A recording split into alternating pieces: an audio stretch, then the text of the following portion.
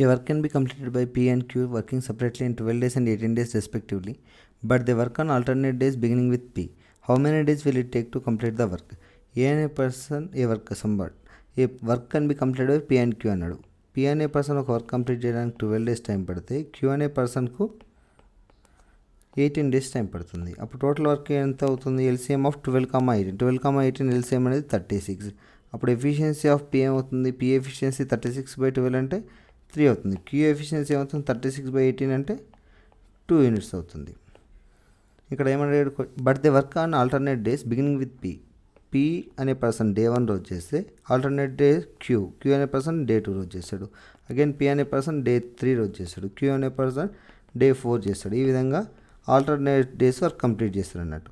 Alternate complete చేసినప్పుడు ఈ total work 36 units of work అనేది టోటల్ వర్క్ కంప్లీట్ కావడానికి ఎన్ని డేస్ టైం పడుతుంది అని అడిగాడు.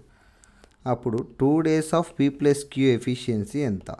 P efficiency 1 day 3, Q efficiency 1 day 2. అప్పుడు 3 + 2 ఏమవుతుంది? 2 daysలో 5 యూనిట్స్ ఆఫ్ వర్క్ అనేది కంప్లీట్ అవుతుంది. Total 36 units of work. Total working units ఎంత? 36. మనకు 5 యొక్క మల్టిపుల్ అనేది 36 దేని దగ్గర ఉందంటే 7.